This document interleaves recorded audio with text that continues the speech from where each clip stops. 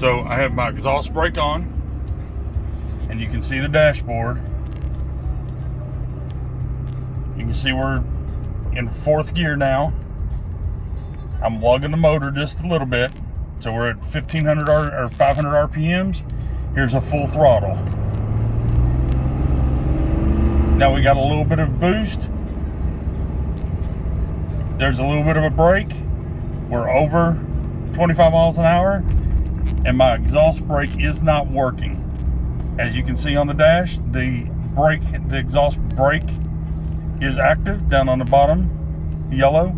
It's never kicked back in, as you can see on the gauge. No braking is working. This is a result, most likely, of where the bolt came off the grid heater and has gone through my turbo and it's messed up the turbo vanes and stuff.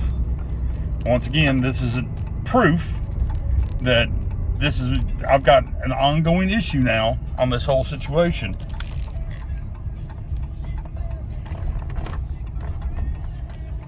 Here's one more hard start. We're at a dead stop. Full throttle. As you can see, no boost.